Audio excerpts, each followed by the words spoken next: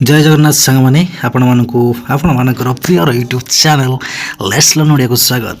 So friends आज आम class 10 रे थिबा आपण मानकर रूढ़ी आ लोकवाणी को आलोचना करने जाऊे संपूर्ण रूपे पूरा डिटेल्स आलोचना करबा। प्रथम रु शेष पर्यंत बनी रुहतु। यह वीडियोटी आपण मानकर आगामी आसुथिबा आरआई एआरआई अमीन आईसीडीएस सुपरवाइजर ता सहित जूनियर टीचर जूनियर असिस्टेंट जहाँ भी आपण माने ओडिशा गवर्नमेंट जॉब देउछंती सबु पई ए थ्योरी क्लास टी बहुत इंपोर्टेंट रहिबो। सो प्रथम रु शेष पर्यंत बनी रहिया पे चेष्टा करिवे आ वीडियो को केही भी स्किप करिवेनी। जदि वीडियोटी भल लागे तो निश्चित रूपे वीडियो को लाइक करबा सहित चैनल को मध्ये सब्सक्राइब कर देबे। So let's start the video. So friends gym भली आपण देखुछन्ते एठारे दुईटी वाक्य दिया जायछि बड़ बड़ वाक्य दुईटा दिया जायछि। प्रथमे ताको पढिबा एवं तापर हम बुझाउ चेष्टा करबा जे एक्चुअली दुईटी वाक्य कोन पे दिया जायछि। देखंतु कर दिया जायछि जे झियोटी खूब सुंदरी ता बाहाघर घर को केते लोक आसिले से माने सबिता को पसंद कले बाहाघर स्थिर है शेष झीटी सहित पुअटीर विभाग है। यहाँ गला क रे वाक्यर उक्ति। अच्छा खरे कौन दि जाइए देखो सबिता गोटे चाउल गढ़ा ताकू देखा बरघर देखा आसिले झीटीर रूप मन को पाइला बाहाघर स्थिर है शेष में पुअटी सहित झीटीर हाथ गंठी पड़ा उभय हाथ को दी हाथ हेले आहा केटे सुंदर लगिला।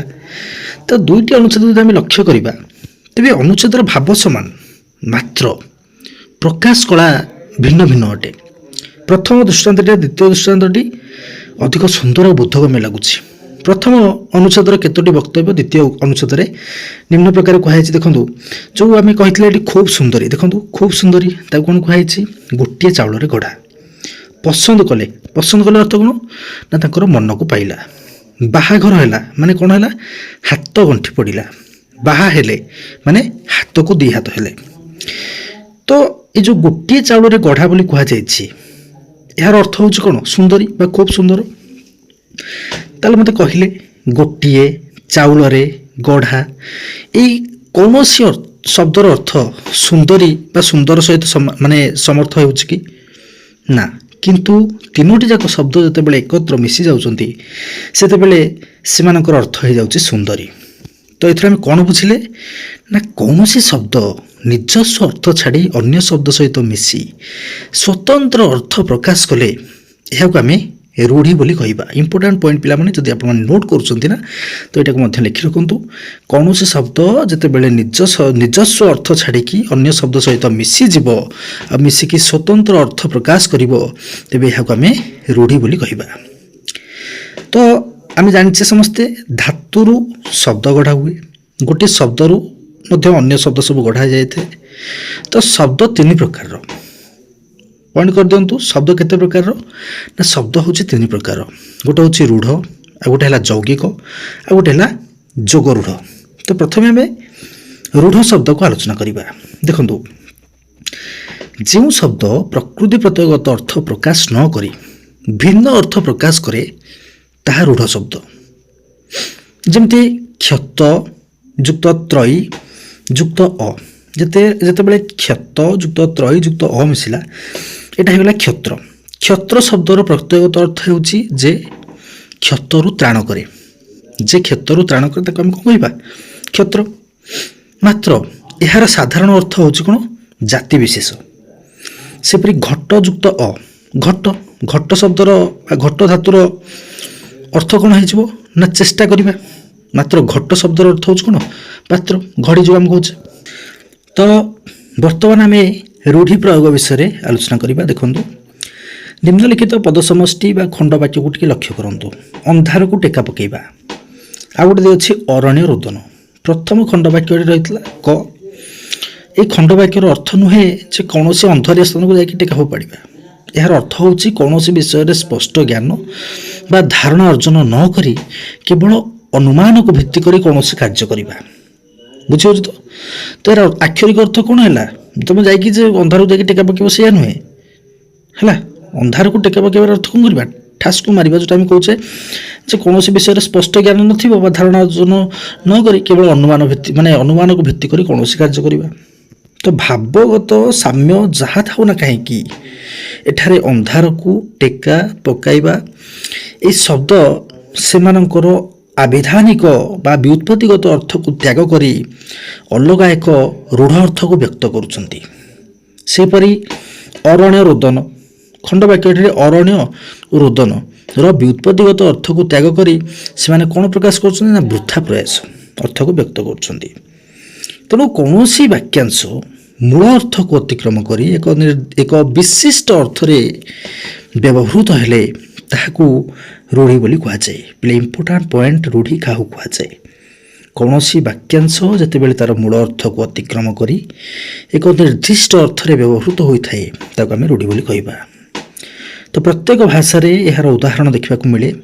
ରୂଢ଼ି ପ୍ରୟୋଗ ଦ୍ୱାରା ଅଭିବ୍ୟକ୍ତି ସରସ ଆଉ ସୁନ୍ଦର ମଧ୍ୟ ହୋଇଥାଏ। ଯେମିତିକି ଆମେ ପ୍ରଥମରୁ 2ଟି ଏକ୍ଜାମ୍ପଲ୍ ଦେଖିଲେ, ସେତେବେଳେ ମାନେ ସେଥିରେ ପ୍ରଥମ ବାକ୍ୟଟିରେ ସେତେ ମଜା ଆସୁନଥିଲା, କିନ୍ତୁ ଦ୍ୱିତୀୟ ବାକ୍ୟଟି ଯେତେବେଳେ ଆମେ ପଢ଼ିଲେ, ଅବଶ୍ୟ ସେଇଟା ଲଙ୍ଗ୍ ଥିଲା କିନ୍ତୁ ତଥାପି ମଧ୍ୟ ଆମକୁ ଏଟାକୁ ପଢ଼ିବାକୁ ବହୁତ ସୁନ୍ଦର ଲାଗୁଥିଲା। କାହିଁକିନା ସେଥିରେ ଯେଉଁ ରୂଢ଼ି ପ୍ରୟୋଗ କରାଯାଇଛି ତାହା ବାକ୍ୟଟିକୁ ସୁନ୍ଦର ଆଉ ବୋଧଗମ୍ୟ କରୁଅଛି। ତ ଯୁଗ ଯୁଗରୁ ଏଗୁଡ଼ିକ ସ୍ୱତନ୍ତ୍ର ବ୍ୟଞ୍ଜନା ନେଇ ଫୁଟି ଉଠିଛନ୍ତି। ତ ଓଡ଼ିଆ ଭାଷାରେ ପ୍ରଚଳିତ ରୂଢ଼ି ପ୍ରୟୋଗର 3ଟି ଧାରା ପରିଲିଖିତ ହୁଏ। କ'ଣ ନା, ଗୋଟେ ହେଲା କ୍ରିୟାହୀନ ରୂଢ଼ି, ଗୋଟେ ହେଲା କ୍ରିୟାଯୁକ୍ତ ରୂଢ଼ି, ଆଉ ଗୋଟେ ହେଲା ତୁଳନାତ୍ମକ ରୂଢ଼ି। କ୍ରିୟାହୀନ ରୂଢ଼ି ମାନେ କ'ଣ? ଯେଉଁ ପଦ ସମାପ୍ତିଟା କରାଯାଇଥିବ ସେଥିରେ କୌଣସି କ୍ରିୟାପଦ ନଥିବ। ଆଉ କ୍ରିୟାଯୁକ୍ତ ରୂଢ଼ିରେ କ'ଣ ହେବ ନା, ପଦ ସମାପ୍ତିରେ କ୍ରିୟାପଦ ଥିବ। ଆଉ ତୁଳନାତ୍ମକ ରୂଢ଼ିରେ କ'ଣ ହେବ? ପଦ ସମାପ୍ତିରେ ଉପମାବାଚକ ଶବ୍ଦର ବ୍ୟବହାର କରାଯାଇଥିବ। ତ ପ୍ରଥମେ ଆମେ କିଛି କ୍ରିୟାହୀନ ରୂଢ଼ିକୁ ଆଲୋଚନା କରିବା। ଦେଖନ୍ତୁ, ପ୍ରଥମେ ଦେଇଅଛି ଅନ୍ଧର ଲଉଡ଼ି। ଅନ୍ଧର ଲଉଡ଼ିର ଅର୍ଥ ହୋଇଯାଉଛି କ'ଣ ନା ଅସହାୟର ସାହା। ଯେମିତି ଶ୍ରବଣ କୁମାର ବୃଦ୍ଧ ପିତାମାତାଙ୍କର ଅନ୍ଧର ଲଉଡ଼ି ଥିଲେ, ହେଲା। ସେମିତି ଅନ୍ଧ ବୁଝାମଣା ଅର୍ଥାତ୍ ଅନ୍ୟାୟ ବିଚାର, ହେଲା। ତ ଉଦାହରଣ ଗୋଟେ ଆପଣ ଦେଖିନିଅନ୍ତୁ, ମୁଁ ଏଟାକୁ ଜଷ୍ଟ ପଢ଼ି ଦେଇ ଯାଉଛି। ତାପରେ ଦେଖନ୍ତୁ ଦେଇଅଛି ଏଠି କ'ଣ ଅରଣ୍ୟ ରୋଦନ। ଆଚ୍ଛା, ଏକ୍ଜାମ୍ରେ ଆପଣମାନଙ୍କୁ ଏମିତିରେ ପଚାରେ ଯେ ନିମ୍ନୋକ୍ତ ରୂଢ଼ିଟି କେଉଁ ପ୍ରକାର ରୂଢ଼ି? କ୍ରିୟାହୀନ ରୂଢ଼ି କି ଆମର ଆପଣ ଯେଉଁ ଥାଏ କ'ଣଟି ଆମର ତୁଳନାତ୍ମକ ରୂଢ଼ି, କ୍ରିୟାହୀନ ରୂଢ଼ି କି କ୍ରିୟାଯୁକ୍ତ ରୂଢ଼ି? ତ ଆପଣମାନେ କେମିତି ଚିହ୍ନିବେ? ଦେଖନ୍ତୁ, ଯେଉଁ ରୂଢ଼ିର ଶେଷରେ ବା ଲାଗିଥିବ ସେଇଟା ହେଇଯିବ କ୍ରିୟାଯୁକ୍ତ ରୂଢ଼ି। ଆଉ ଯେଉଁ ରୂଢ଼ିର ଶେଷରେ ବା ଲାଗିନଥିବ ସେଇଟା ହେଇଯିବ କ୍ରିୟାହୀନ ରୂଢ଼ି। ଆଉ ଯେଉଁ ରୂଢ଼ିର ମଧ୍ୟରେ ପରି, ହେଲା, ଯେମିତି କହିବା ସିଂହ ପରି ଯୁଝିବା, ହେଲା, ପରି ଲାଗିଥିବ, ସେଇଟା ଆପଣମାନେ ଜାଣିପାରିବେ ସେଇଟା ହେଉଛି ଗୋଟେ ତୁଳନାତ୍ମକ ରୂଢ଼ି, ହେଲା। ତ ମୁଁ ଏଟାକୁ ବହୁତ ଭଲ ଭାବରେ ଆପଣମାନଙ୍କୁ ବୁଝେଇଥିଲି। ତାପରେ ଆସିବ ଅନ୍ଧ ବୁଝାମଣା। ଅନ୍ଧ ବୁଝାମଣାର ଅର୍ଥ ହେଉଛି କ'ଣ ନା ଅନ୍ୟାୟ ବିଚାର। ଏ ତ ଅନ୍ଧ ବୁଝାମଣା ରୀତି, ମଣିଷକୁ ଯେବେ ମଣିଷ ଛୁଇଁଲା କେଉଁ ବାଟେ ଯିବ ଜାତି। ଅରଣ୍ୟ ରୋଦନ। ଅରଣ୍ୟ ରୋଦନର ଅର୍ଥ ହେଉଛି କ'ଣ ନିଷ୍ଫଳ ପ୍ରାର୍ଥନା ବା ବୃଥା ପ୍ରାର୍ଥନା। ସେମିତି ଅହିନକୁଳ ସମ୍ପର୍କର କ'ଣ ହେବ? ଘୋର ଶତ୍ରୁତା, ଅଲଣା କଥା, ମୂଲ୍ୟହୀନ କଥା। ଅକଲ ଗୁଡ଼ୁମ ହୋଇଯିବା ଅର୍ଥ ବୁଦ୍ଧି ବଣା ହୋଇଯିବା। ସେମିତି ଅଳ୍ପ ବିଦ୍ୟା ଭୟଙ୍କରୀ, ଅଳ୍ପ ଜ୍ଞାନ ଯୋଗୁଁ ଅପଦସ୍ଥ ହେବା। ଆକାଶ କୁସୁମ ଅର୍ଥାତ୍ କ'ଣ ହେବ ନା ବୃଥା ସ୍ୱପ୍ନ। ଆପଣା ସୁନା ଭେଣ୍ଡି, ନିଜ ଲୋକ ଅଯୋଗ୍ୟ। ଉପୁରି ମାଲ, ନିର୍ଦ୍ଦିଷ୍ଟ ଆୟରୁ ଅଧିକ ବା ଯେଉଁଟା ଆମେ କହୁଛେ ମାଗଣା ମିଳିବା। ଉପର ଠାଉରିଆର ଅର୍ଥ କ'ଣ ହେବ ନା ଗଭୀରତାର ଅଭାବ ବା ଯେଉଁଟା ଆମେ କହୁଛେ ସରବତାର ଅଭାବ। ଆଉ ଗୋଟେ ଲୋକ ଥାନ୍ତି, ଏ ଘର ମାଉସୀ ସେ ଘରେ ପିଉଛି, ମାନେ ଏପଟ ସେପଟ ଛିଦ୍ର କରି କହି ଯେ ସବୁଠାରେ ଭଲ ହୁଏ, ଆ ପାଖରେ ଭଲ ହେଇଯାଉଥିବ, ତା ପାଖରେ ଭଲ ହେଇଯାଉଥିବ।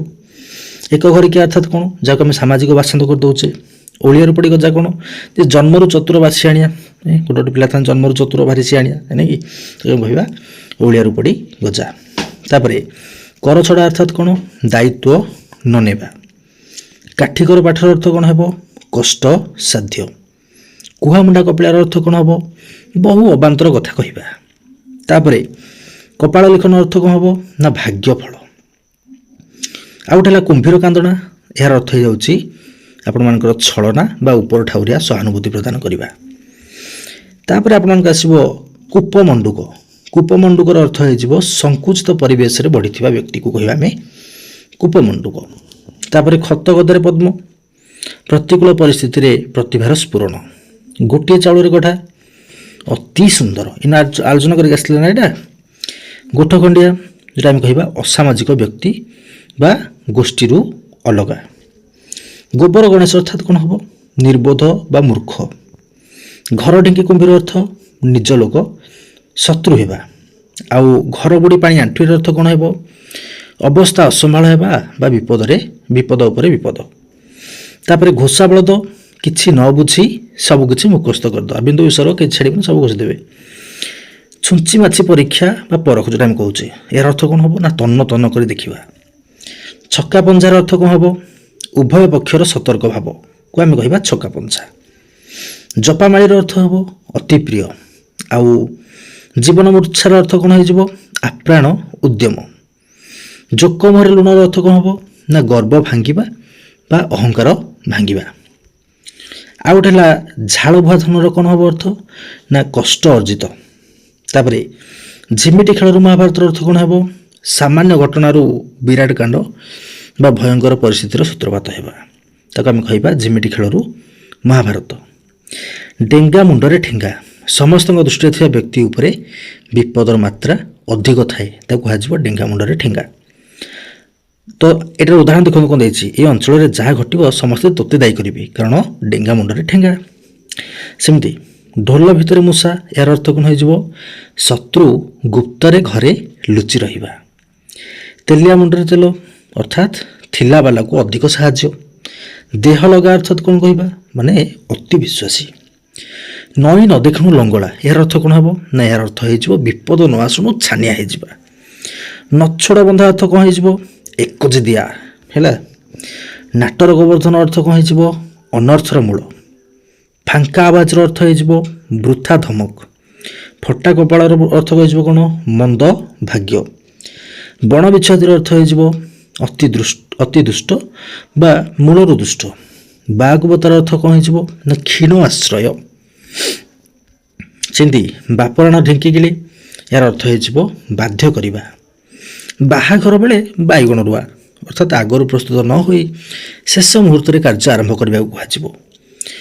ବାଘ ଘରେ ମେରିଗନାଟ, ମୁରବୀଙ୍କ ଅନୁପସ୍ଥିତିରେ ବିଶୃଙ୍ଖଳା ସୃଷ୍ଟି କରିବା। ବିରାଡ଼ି ବୈଷ୍ଣବର ଅର୍ଥ ବା ଯେଉଁଟା ଆମେ କହୁଛେ ବକ ଧାର୍ମିକ, ଏହାର ଅର୍ଥ ହେଇଯିବ ଠକ। ତାପରେ ବୋଝ ଉପରେ ନଳିତା ବିଡ଼ା, ଏହାର ଅର୍ଥ ହେଇଯିବ ଦୁଃଖ ଉପରେ ଦୁଃଖ। ତାପରେ ଦେଖନ୍ତୁ ଦେଇଅଛି ରାଣ୍ଡି ପୁଅ ଅନନ୍ତା ଅର୍ଥାତ୍ ରାଣ୍ଡି ପୁଅ ଅନନ୍ତା, ଆଉ ଦେଇଛି କ'ଣ? ଲଙ୍ଗଳା କଟୁରୀ ଚାରି ଦୌଡ଼ି କଟା, ଏହାର ଅର୍ଥ ହେଇଯିବ ଅନାୟତ ବା ଶାସନ ବାହାରେ ଯେଉଁମାନେ ଥାଆନ୍ତି। ତାପରେ ହାତ ବାରିଶି, ଯାହା ସାହାଯ୍ୟରେ ଆମେ କୌଣସି କାର୍ଯ୍ୟ ହାସଲ ହୋଇଥାଏ, ତାକୁ ଆମେ କହିବା ହାତ ବାରିଶି। ଆଉ ହୁଙ୍କା ପିଟା କଲେ କ'ଣ ବୁଝିବା? କିଛି ନ ବୁଝି ହଠାତ୍ କାମରେ ଲାଗିଯିବା, ତାକୁ ଆମେ କହିବା ହୁଙ୍କା ପିଟା। ଦେଖନ୍ତୁ ମୁଁ ଏଇଟା ସବୁ ପଢ଼ି ଦେଉଛି, ଆପଣମାନେ ତ ଜାଣନ୍ତି, ଆପଣମାନେ ଏହାକୁ ବହୁତ ଭଲ ଭାବରେ ଦେଖୁଛନ୍ତି। ଯଦି ଆପଣମାନଙ୍କୁ ଏଇ PDF ଟି ଦରକାର ତ ନିଶ୍ଚିତ ଭାବେ ମୁଁ ଏହାକୁ ଆପଣମାନଙ୍କର ଯେଉଁ ଟେଲିଗ୍ରାମ ଚ୍ୟାନେଲ ରହିଛି ଆମର, ସେଥିରେ ମୁଁ ଏହାକୁ ସେୟାର କରିଦେବି। ଆପଣମାନେ ସେଠୁ ମଧ୍ୟ ଏହାର ଉଦାହରଣ ଗୁଡ଼ିକ ପଢ଼ି ନେବେ। ତ ଏରା ସେମିତି କିଛି ଡିଟେଲ୍ସଲି ବୁଝିଲା ଭଳିଆ ଜିନିଷ ଏଥିରେ ନାହିଁ। ବର୍ତ୍ତମାନ ଆମେ ଦେଖିବା କ୍ରିୟାଯୁକ୍ତ ରୂଢ଼ି। ତ ମୁଁ କହିଥିଲି କ୍ରିୟାଯୁକ୍ତ ରୂଢ଼ିରେ ଆପଣମାନଙ୍କର ଶେଷରେ କ'ଣ ଆସିବ? ବା ଲାଗିଥିବ। ଦେଖନ୍ତୁ ଅହନ୍ତା ରଖିବା ବା ଅକଷ ରଖିବା, ତ ଏହାର ଅର୍ଥ କ'ଣ ହେଇଯିବ? ନା ପ୍ରତିହିଂସା ମନୋଭାବ ପୋଷଣ କରିବା। ଅନ୍ଧାରକୁ ଟେକା ପକାଇବା ବା ଯେଉଁଟା ଆମେ କହୁଛେ ଅନ୍ଧାର ଘରେ ବାଡ଼ି ବୁଲାଇବା, ଏହାର ଅର୍ଥ କ'ଣ ହେଇଯିବ? ଅନୁମାନ କରିବା। ଆଖି ରଖିବାର ଅର୍ଥ କ'ଣ ହେଇଯିବ? ଲକ୍ଷ୍ୟ ରଖିବା ବା ଯତ୍ନ ନେବା। ସେମିତି ଆଖି ଦେବା ବା ଦୃଷ୍ଟି ପକାଇବାର ଅର୍ଥ କ'ଣ ହେଇଯିବ? ମାନେ ବିଷ ଦୃଷ୍ଟିରେ ଦେଖିବା ବା ଲୋଭ କରିବା। ସେମିତି ଆଖି ପକାଇବା ଅର୍ଥାତ୍ ହେଇଯିବ ଆପଣମାନଙ୍କର ଲୋଲୁପ ଦୃଷ୍ଟି ପକାଇବା। ତ ଆଖି ବୁଲାଇବାର ଅର୍ଥ କ'ଣ ହେଇଯିବ? ନା ମୋଟାମୋଟି ଦେଖିବା। ଆଖି ବୁଝିବାର ଅର୍ଥ କ'ଣ ହେଇଯିବ? ମୃତ୍ୟୁବରଣ କରିବା।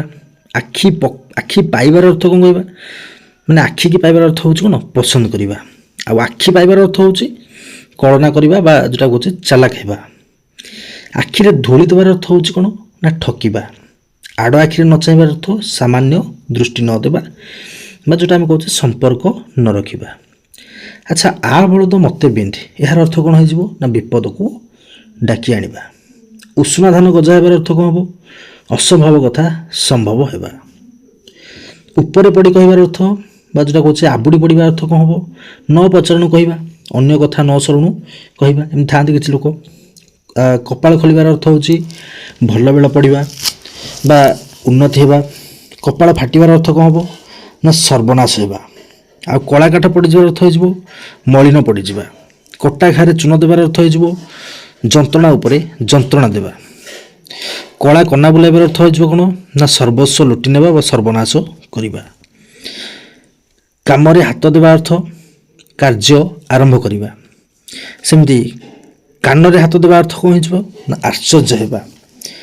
କାଠ ହୋଇଯିବାର ଅର୍ଥ ବା ଯେଉଁଟା କହୁଛେ ଜଡ଼ ପାଲଟିଯିବାର ଅର୍ଥ କ'ଣ ହେଇଯିବ କାତର ହେଇଯିବା। କୁହୁଡ଼ି ପହଁରିବାର ଅର୍ଥ ବୃଥା ପରିଶ୍ରମ ବା ବୃଥା ପ୍ରୟାସ କରିବା। ଖାଲରେ ପକାଇବାର ଅର୍ଥ କ'ଣ ହେଇଯିବ ବିପଦରେ ପକାଇବା। କ୍ଷୟ କାଢ଼ିବାର ଅର୍ଥ ହେଇଯିବ କଥାକୁ ଘାଣ୍ଟି ଦୋଷ ଖୋଜିବା। ଖାଇବା ପତରେ ଧୂଳି ଦେବାର ଅର୍ଥ କ'ଣ ହେଇଯିବ ଜୀବିକା ଛଡ଼ାଇ ନେବା। ଗୁଜୁରାଣ ମେଣ୍ଟାଇବାର ଅର୍ଥ ହେଇଯିବ କଷ୍ଟ ସହି ବା ଯେଉଁଟା ଆମେ କହୁଛେ କଷ୍ଟ କରି କୌଣସି ମତେ ଚଳିବାକୁ କହିବା ଆମେ ଗୁଜୁରାଣ ମେଣ୍ଟାଇବା। ଆଚ୍ଛା ଗାଲରେ ହାତ ଦେବାର ଅର୍ଥ କ'ଣ ହେବ ନା ଚିନ୍ତିତ ହେବା। ଆଉ ଗୋଡ଼ ହାତ ଧରିବାର ଅର୍ଥ ହେଇଯିବ କ'ଣ ନା ବିନମ୍ର ଗୁହାରି କରିବା। ଗୋଡ଼ ଟେକି ବସିବାର ଅର୍ଥ କ'ଣ ହେଇଯିବ ପ୍ରସ୍ତୁତ ହୋଇ ରହିବା। ସେମିତି ଚଳୁ କରିଦେବାର ଅର୍ଥ କ'ଣ ହେଇଯିବ ନା ସବୁକିଛି ଶେଷ କରିଦେବା। ଚାଲିଲା ଶଗଡ଼ରେ ହାତ ଦେବାର ଅର୍ଥ କ'ଣ କହିବା ଆମେ ଅତି ଦୁଷ୍ଟାମି କରିବା। ଚିତା କାଟିବା ଠକିବା। ନାଁ କରିବା ସୁନାମ ଅର୍ଜନ କରିବା। ନାଁ ରଖିବା ଯଶ ରଖିବା। ଏମିତି ନାକ ଛିଞ୍ଚାଡ଼ିବାର ଅର୍ଥ ବିରକ୍ତ ହେବା। ନାକ ଟେକିବାର ଅର୍ଥ ଘୃଣା କରିବା। ନାକେ ଦମ କରିବାର ଅର୍ଥ ହେଇଯିବ ଅଥୟ କରିବା। ପିଠିରେ ପଡ଼ିବାର ଅର୍ଥ କ'ଣ ହେଇଯିବ ସାହା ହେବା। ଫସର ଫାଟିବାର ଅର୍ଥ କ'ଣ ହେଇଯିବ ବ୍ୟର୍ଥ ହେବା।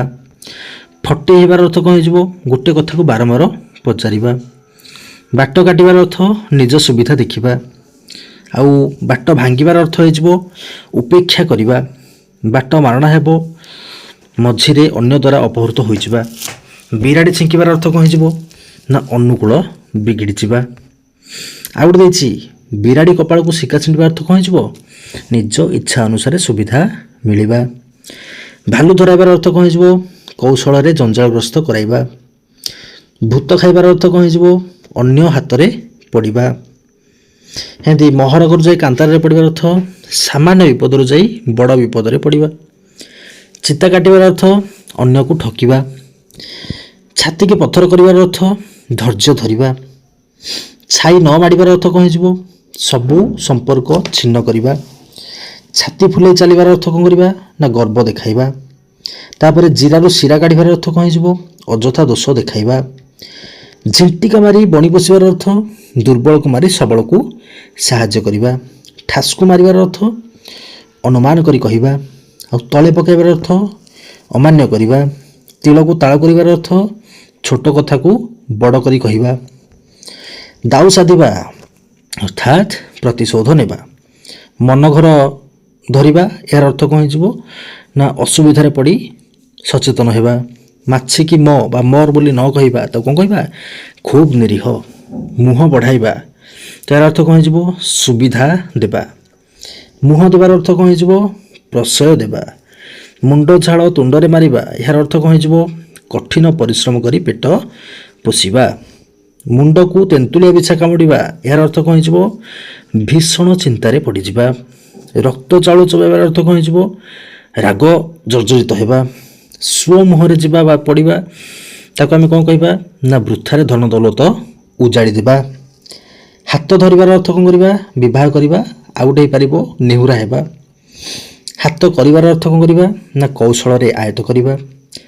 ହାତରେ ନ ମାରି ଭାତରେ ମାରିବାର ଅର୍ଥ ହେଇଯିବ କୌଶଳରେ ଜୀବିକା ବା ବୃତ୍ତିରୁ ଉଚ୍ଛେଦ କରିବା। ତ ଏଇସବୁ ଥିଲା କ୍ରିୟାହୀନ ଆଉ କ୍ରିୟାଯୁକ୍ତ ରୂଢ଼ି। ବର୍ତ୍ତମାନ ଆମେ ଏକ ସାଙ୍ଗରେ ତୁଳନାତ୍ମକ ରୂଢ଼ିକୁ ମଧ୍ୟ ଆଲୋଚନା କରିଦେବା। ଦେଖନ୍ତୁ କ'ଣ ଦେଇଅଛି ଏଣ୍ଡୁଅ ପରି ମୁଣ୍ଡ ଟୁଙ୍ଗାରିବା ଏହାର ଅର୍ଥ କ'ଣ ସେ କିଛି ବୁଝୁ ନ ବୁଝୁ ସବୁବେଳେ ଏଣ୍ଡୁଅ ପରି ମୁଣ୍ଡ ଟୁଙ୍ଗାରୁଥାଏ। ସେମିତି ମାନେ ତୁଳନା କରାଯାଉଛି। ଦେଖନ୍ତୁ ପରି ଲାଗିଛି ସବୁଠି ପରି ଲାଗିଛି ନା ନାହିଁ ତାହେଲେ ପରି ଲାଗିଛି ମାନେ ଆପଣ ଜାଣିବେ ଯେ ଏଇଟା ହେଇଯିବ କ'ଣ ତୁଳନାତ୍ମକ ରୂଢ଼ି। କୁକୁର ପରି ଧାଇଁବା ହେଲା ମାନେ ଏଇଟା ଯଦି ବାକ୍ୟରେ ବ୍ୟବହାର କରେ ତାହେଲେ କ'ଣ ହେଇଯିବ ଟଙ୍କା କେଇଟା ଲୋଭରେ ସେ କୁକୁର ପରି ଧାଉଁଛି। ଖୁଣ୍ଟଟା ପରେ ଛିଡ଼ା ହେବା ଏହାର ଅର୍ଥ କ'ଣ ହେଇଯିବ ମାନେ ବସିବାକୁ କହିଲି ନ ବସି ଖୁଣ୍ଟଟା ପରେ ଠିଆ ରହିଲେ କାହିଁକି। ତାପରେ ଦେଇଛି କ'ଣ ଗଡ଼ ପରି ପଡ଼ିବା ବା ଢିଙ୍କି ପରି ପଡ଼ିବା। ଲୋକଟା ଗଡ଼ ପରି ପଡ଼ିଛି ପଦେ ବି ଜବାବ ନାହିଁ। ଛୁଞ୍ଚି ପରି ମୁହଁ କରିବା ଅର୍ଥାତ୍ ସବୁବେଳେ ଛୁଞ୍ଚି ପରି ମୁହଁ କଲେ କିଏ ତ ଭଲ ପାଇବ। ଜୋକ ପରି ଲାଗିବା ଯେଉଁମାନେ କର୍ମଠ ସେମାନେ କାମରେ ସର୍ବଦା ଜୋକ ପରି ଲାଗିଥାନ୍ତି। ସେମିତି ପେଡ଼ି ପରି ମୁହଁ କରିବା ଫୁଲାଇବା ମୁହଁ ଫୁଲାଇବା ଯେଉଁଟାକି ଆମେ କହିବା ସତ କହିବାକୁ କହିଦେବାରୁ ସେ ପେଡ଼ି ପରି ମୁହଁ ଫୁଲାଇ ବସିଛି। ପବନ ପରି ଧାଇଁବା ତ ପବନ ପରି ଧାଇବାର ଅର୍ଥ କ'ଣ ହେବ ନା କିଏ ବିପଦରେ ପଡ଼ିଛି ଶୁଣିଲେ ତାକୁ ସାହାଯ୍ୟ କରିବା ପାଇଁ ସେ ପବନ ପରି ଧାଇଁ ଯାଆନ୍ତି। ସେମିତି ପ୍ରସାଦ ପରି ପାଇଦେବା, ପଡ଼ୋଶୀ ଘରୁ ଆସିଥିବା ତରକାରୀକୁ ସେ ପ୍ରସାଦ ପରି ପାଇଦେଲା। ବରଡ଼ା ପତ୍ର ପରି ଥରିବା, ପିଲାଟାର ମିଛ କଥା ଜଣାପଡ଼ିଯିବାରୁ ବାପାଙ୍କ ଆଗରେ ସେ ବରଡ଼ା ପତ୍ର ପରି ଥରୁଛି। ସାପ ପରି ଫଁ ଫଁ ହେବା, ଅର୍ଥାତ୍ ସାମାନ୍ୟ କଥାରେ ରାଗିଯାଇ ସେ ସାପ ପରି ଫଁ ଫଁ ହୁଅନ୍ତି। ସିଂହ ପରି ଯୁଝିବା, ଅର୍ଥାତ୍ କ'ଣ ହେବ ନା ବାଳକ ଅଭିମନ୍ୟୁ ସପ୍ତରଥୀଙ୍କ ସହିତ ସିଂହ ପରି ଯୁଝିଥିଲେ। ଶୁଆ ପରି ଘୋଷିବା, ଗୀତଟି ତା ମନକୁ ଏମିତି ପାଇଛି ଯେ ଦିନ ରାତି ଗଲା ଶୁଆ ପରି ଘୋଷି ହେଉଛି ଆଉ। ତ ପିଲାରେ ଆଉ ଗୋଟେ କ୍ଲାସ୍ କାହିଁ କରିବା, ଏଇ ଗୋଟିଏ କ୍ଲାସ୍ରେ ଲୋକବାଣୀକୁ ଏକା ସାଙ୍ଗରେ ସାରିଦେବା ହେଲା। ତ ଦେଖନ୍ତୁ ମୁଁ ଏମିତିରେ ତ କିଛି ଆପଣମାନଙ୍କର ମାନେ ବୁଝାଉ ନାହିଁ, ଯେ ଜଷ୍ଟ ଆପଣମାନଙ୍କର ପଢ଼ୁଛେ ଏବଂ ଆପଣମାନେ ମନେ ରଖିବାକୁ ଚେଷ୍ଟା କରନ୍ତୁ। ଶୁଣିକି ବହୁତ ଗୁଡ଼ିଏ ଜିନିଷ ଆପଣମାନଙ୍କର ମନେ ରହିଯିବ, ସେଥିରେ ବୁଝିଲା ବେଳେ ସେମିତି କିଛି ଜିନିଷ ନାହିଁ। ଆପଣ କେବଳ ଶୁଣିକି ରୂଢ଼ି ଆଉ ଲୋକବାଣୀକୁ ମନେ ରଖିବାକୁ ଚେଷ୍ଟା କରନ୍ତୁ ହେଲା। ତ ଲୋକବାଣୀ ଦେଖନ୍ତୁ, ପ୍ରଥମ କ ଖ ଗ ଘ 4ଟି ବାକ୍ୟ ଦେଇଅଛି। ଗୋଟେ ଅଛି କଖାରୁ ବଡ଼ି ଉପରେ, କଖାରୁ ବଡ଼ି ଉପରେ ପଡ଼ି। ଆଉ ଗୋଟେ ଅଛି ଖରେ କଖାରୁ ଚୋରକୁ ମୁଣ୍ଡ କାଟ। ଗରେ ଦେଇଛି କଜଳପାତିଆ ଭଦ୍ରଲୋକ, ନାଇଁ କି ଆମେ କହୁନି କଜଳପାତିଆ ଭଲ ଲୋକ ବା ଭଦ୍ରଲୋକ। ସରକୁ ପଡ଼ିଲା ଟୋକାଟେ, ତା ମୁଣ୍ଡରେ ଠେକାଟେ। ତ ଦୁଇ ଜଣଙ୍କ ଭିତରେ କିଛି ଆଲୋଚନା ହେଉଛି। ତୃତୀୟ ଲୋକଟି ସେଠି ପହଞ୍ଚି ଯାଇଛି। ସେ ମୂଳ କଥା ଭାଷା ସମ୍ପର୍କରେ କିଛି ଜାଣେ ନା, ଅଥଚ ସେ ଗୋଟେ ମନ୍ତବ୍ୟ ଦେଇ ପକାଏ। ସେତେବେଳେ କରେ ଥିବା ଉକ୍ତିଟି ପ୍ରୟୋଗ କରାଯାଇଥାଏ। ଯେମିତି ଆମେ କହୁଛୁ କ'ଣ, କଖାରୁ ବଡ଼ି ଉପରେ ପଡ଼ି ହେଲା। ଦୁଇ ଜଣ କଥା ହେଉଛନ୍ତି, ସେ କ'ଣ କଥା ହେଉଛନ୍ତି କିଛି ଜାଣି ନ ଜାଣି ଗୋଟେ ଥାନ୍ତି, ଆପଣଙ୍କ ଅଞ୍ଚଳରେ ସେମିତିଆ ଲୋକ ଥିବେ କିଛି, ଯଦି ଥାନ୍ତି ତାହେଲେ କମେଣ୍ଟ ସେକ୍ସନ୍ ଜଣାନ୍ତୁ ହେଲା। ମାନେ ମୂଳ କଥା କିଛି ଜାଣୁଥିବେ କିନ୍ତୁ ଉପରେ ପଡ଼ି କ'ଣ ଗୋଟେ ମନ୍ତବ୍ୟ ଦେଇ ପଳେଇଥିବେ। ତ ସେଇଟାକୁ ଆମେ କହିବା କରେ ଥିବା ଉକ୍ତି। ଖରେ କ'ଣ ଦେଇଛି, ସେଭଳି କେହି ଜଣେ ଛୋଟ ଦୋଷଟି କରିଛି ତା ପାଇଁ କିନ୍ତୁ କଠୋର ଦଣ୍ଡର ବ୍ୟବସ୍ଥା ହେଉଛି। ସେଇଠୁ ଜନ୍ମ ନେଲା ଖ ଚିହ୍ନିତ ଦ୍ୱିତୀୟ ବାଣୀ। ଖରେ କ'ଣ ଥିଲା, କଖାରୁ ଚୋରକୁ ମୁଣ୍ଡ କାଟ।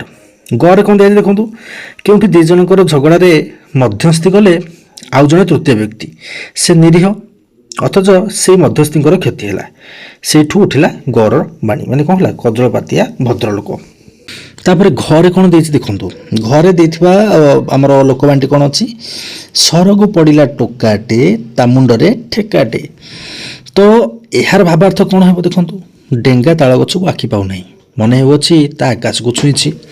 ପାଚିଲା ତାଳଟେ ଗଛରୁ ଖସି ପଡ଼ୁଛି, ତା ଉପରେ ଟୋପି ଏକ ଆବରଣ ହେଲା। ତାକୁ ଦେଖି ଭାବପ୍ରବଣ ଲୋକଟିଏ କହି ପକାଇଲା, ଆରେ ଟୋକାଟେ ଠେକାଟେ ପିନ୍ଧି ଆକାଶରୁ ଖସି ପଡ଼ିଲା କି? ଏଇଠୁ ଆମର ଘ ଲୋକବାଣୀଟି ଆସିଲା। ତ ଏଥିରୁ କିଏ, ତ ଏଭଳି କଥା କିଏ ପ୍ରଥମେ କହିଲା ଆମେ ଜାଣିନାହୁଁ, ମାତ୍ର ଏଗୁଡ଼ିକ ଆମ ଭାଷା ଓ ଚଳନୀରେ ଗୋଟିଏ ଗୋଟିଏ ଅଙ୍ଗ ହୋଇସାରିଲାଣି। ଲୋକ ମୁଖରେ ଯୁଗ ଯୁଗ ଧରି ଚଳି ଆସୁଥିବା ଏବଂ ବିଭିନ୍ନ ପରିସ୍ଥିତିରେ ପ୍ରୟୋଗ କରାଯାଉଥିବା ବିଶେଷ ଉକ୍ତି ଗୁଡ଼ିକୁ ଆମେ ଲୋକବାଣୀ ବା ଲୋକୋକ୍ତି ବୋଲି କହିବା। ତ ପ୍ରତ୍ୟେକ ଭାଷାରେ ଲୋକବାଣୀ ଅଛି। ଆମ ଭାଷାରେ ଏଗୁଡ଼ିକୁ ପ୍ରବାଦ ଓ ପ୍ରବଚନ ବୋଲି ମଧ୍ୟ କୁହାଯାଏ। ଇଂରାଜୀ ଯେମିତି କୁହାଯାଏ ମାଇଟ୍ ଇଜ୍ ରାଇଟ୍, ଓଡ଼ିଆ ତାକୁ ଆମେ କ'ଣ କହୁଛେ, ଜୋରଜାର ମୁଲକତାର। ହିନ୍ଦୀରେ କ'ଣ କୁହାଯାଏ, ନାଚ ନ ଜାନେ ଆଙ୍ଗନ ତେଢ଼ା। ଓଡ଼ିଆରେ କ'ଣ କୁହାଯାଏ, ଚାଲି ନ ଜାଣି ବାଟର ଦୋଷ।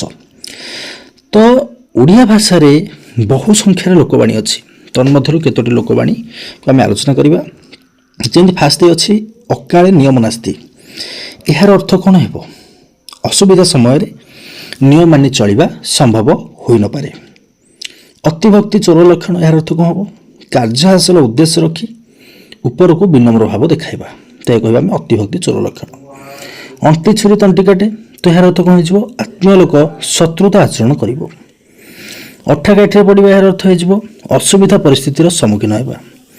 ଅନ୍ଧ ଦେଶକୁ ଗଲେ ଦର୍ପଣ ବିକି, ଏହାର ଅର୍ଥ କ'ଣ ହେଇଯିବ, ମୂର୍ଖଙ୍କ ଆଗରେ ତତ୍ତ୍ୱ କଥା କହିବା। ଅଳସୁଆର ବାରବାଟୀ ଚାଷ, ଅର୍ଥାତ୍ କ'ଣ ହେବ, ନିକମା ବା ଅଳସୁଆ ଲୋକର ବୃଥା ସ୍ଫଳନ।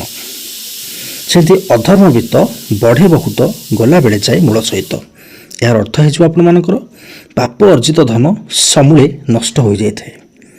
ଅଦା ବେପାରୀର ଜାହାଜ ମୂଲ, ଅର୍ଥାତ୍ ଅନଧିକାର ଚର୍ଚ୍ଚା। ଅତି ପରିଚୟ ଗୌରବ ନଷ୍ଟ, ଏହାର ଅର୍ଥ କ'ଣ ହେବ, ଅଧିକ ସମ୍ପର୍କ ବା ମିଳାମିଶାରେ ସମ୍ମାନର ହ୍ରାସ ଘଟିଥାଏ। ଅନ୍ଧ ଥରେ ବାଡ଼ି ହଜାଏ, ଏହାର ଅର୍ଥ ହୋଇଯିବ ଅଭିଜ୍ଞତାରୁ ସତର୍କ ହେବା ବା ଶିକ୍ଷା ଲାଭ କରିବା। ଅମୃତ ହାଣ୍ଡିରେ ବିଷ କଣିକାଏ, ସାମାନ୍ୟ ଖରାପ ଅନେକ ଭଲକୁ ନଷ୍ଟ କରିଦେଇଥାଏ। ଆଲୋ ସଖୀ ଆପଣା ମହତ ଆପେ ରଖି, ନିଜ ସମ୍ମାନ ନିଜ ହାତରେ। ଆଗତ ଚଢ଼େଇକୁ ବେସର ବଟା, ହାତକୁ ଜିନିଷ ଆସିବା ପୂର୍ବରୁ ଉପଯୋଗ ପାଇଁ ପ୍ରସ୍ତୁତି।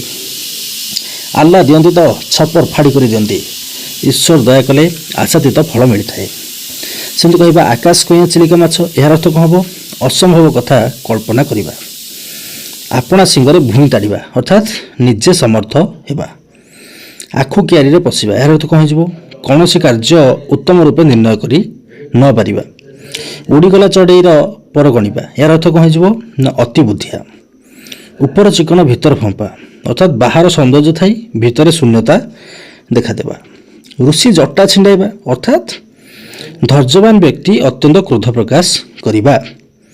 ଏକା ମାଘକେ ଶୀତ ଯାଏ ନାହିଁ, ଦୁର୍ଯୋଗ କେବଳ ଥରେ ଆସେ ନାହିଁ।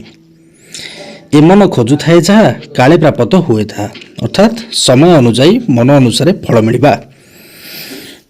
ସେମିତି ଓଟ ମୁହଁରେ ଜିରା, ଏହାର ଅର୍ଥ ହେଇଯିବ ଅଧିକ ଆଶା କରୁଥିବା ବ୍ୟକ୍ତିକୁ ଅଳ୍ପ ମିଳିବା। ଔଷଧ ରାଗରେ ତାଟିଆ କାମୁଡ଼ିବା, ତ ଏହାର ଅର୍ଥ ହେଇଯିବ ପ୍ରକୃତ ଲୋକ ବିରୋଧରେ କିଛି କରି ନ ପାରି ଅନ୍ୟ ଉପରେ ରାଗିବା। କଷ୍ଟ କଲେ କୃଷ୍ଣ ମିଳେ, ସବୁ ସିଦ୍ଧିର ମୂଳ ହିଁ କଠିନ ପରିଶ୍ରମ, ଆଉ ସାଧନା ହିଁ ସିଦ୍ଧିର ଜନକ। କବି ତୁଣ୍ଡ ମେଣ୍ଢା ମୁଣ୍ଡ, ଏହାର ଅର୍ଥ କ'ଣ ହେବ? ଦୃଢ଼ ବଚନ ବା ଆର୍ଷ ବଚନ ବୋଲି କହିବା। କଂସାରୀ ଘରର ପାରାକୁ କୁଲା ଢାଉଁ ଢାଉଁ, ପ୍ରତିକୂଳତାରେ ଅଭ୍ୟସ୍ତ ବ୍ୟକ୍ତିକୁ ସାମାନ୍ୟ ଭୟ ଦେଖାଇବା। କଙ୍କଡ଼ାକୁ ଗୋଳି ପାଣି ସୁହାଏ, ଅସାଧୁ ଲୋକ ପାଇଁ ଗୋଳିମାଳିଆ ପରିସ୍ଥିତି ହିଁ ସହାୟକ ହୁଏ। କାହାର ପୁଷ ମାସ କାହାର ସର୍ବନାଶ ଅର୍ଥାତ୍ ଜଣଙ୍କର ଲାଭ ବେଳେ ଅନ୍ୟ ଜଣଙ୍କର କ୍ଷତି। ତ କୂପମଣ୍ଡୁକ କହିଲେ କ'ଣ ବୁଝିବା? ସଙ୍କୁଚିତ ପରିବେଶରେ ବଢ଼ିଥିବା ବ୍ୟକ୍ତି। ସେମିତି କେଉଁ ଗାଈର ଗୋବର ଅର୍ଥାତ୍ ଅତି ସାମାନ୍ୟ ବା ଯେଉଁଟା ଆମେ କହୁଛେ ତୁଚ୍ଛ। କୋପେ ବର ନହେଲେ ତପେ ବର, ଏହାର ଅର୍ଥ କ'ଣ ହେବ? ନା ଯେକୌଣସି ଉପାୟରେ କାର୍ଯ୍ୟ ହାସଲ କରିବା। କୌରବଙ୍କର ଖାଇ ପାଣ୍ଡବଙ୍କର ଗାଈ ଅର୍ଥାତ୍ ଜଣଙ୍କ ଠାରୁ ସାହାଯ୍ୟ ପାଇବା ଓ କୃତଜ୍ଞ ଭାବେ ଅନ୍ୟର କାମ କରିବା। ଖଜୁରୀ ଗଛର କି ଗୁଣ ଗାଇବି, ମୂଳରୁ ପାହାଚ ପାହାଚ ଅର୍ଥାତ୍ କୌଣସି ଖରାପ ଲୋକର ପ୍ରତିଟି କର୍ମ ମୂଳରୁ ହିଁ ଖରାପ ହୋଇଥାଏ। ସେମିତି ଖଣ୍ଡାଧାରେ ଚାଲିବା, ଏହାର ଅର୍ଥ ହେଇଯିବ ଖୁବ୍ ସତର୍କତାର ସହିତ ନିୟମ ମାନି କାମ କରିବା। ଖୋଳ ପର୍ବତ ମାର ମୂଷା, ଏହାର ଅର୍ଥ କ'ଣ ହେଇଯିବ? ସାମାନ୍ୟ କାମ ପାଇଁ ବହୁ ଶ୍ରମ ଓ ଚେଷ୍ଟା କରିବା। ଗାଁ କନିଆ ସିଙ୍ଗାଣି ନାକି, ଏହାର ଅର୍ଥ କ'ଣ ହେଇଯିବ? ଯେକୌଣସି ଲୋକ ନିଜ ଅଞ୍ଚଳରେ ସମ୍ମାନ ନ ପାଇବା। ଗୁଣ ଚିହ୍ନେ ଗୁଣିଆ, ସୁନା ଚିହ୍ନେ ବଣିଆ ଅର୍ଥାତ୍ ଗୁଣି ଗୁଣର ଆଦର କରିଥାଏ।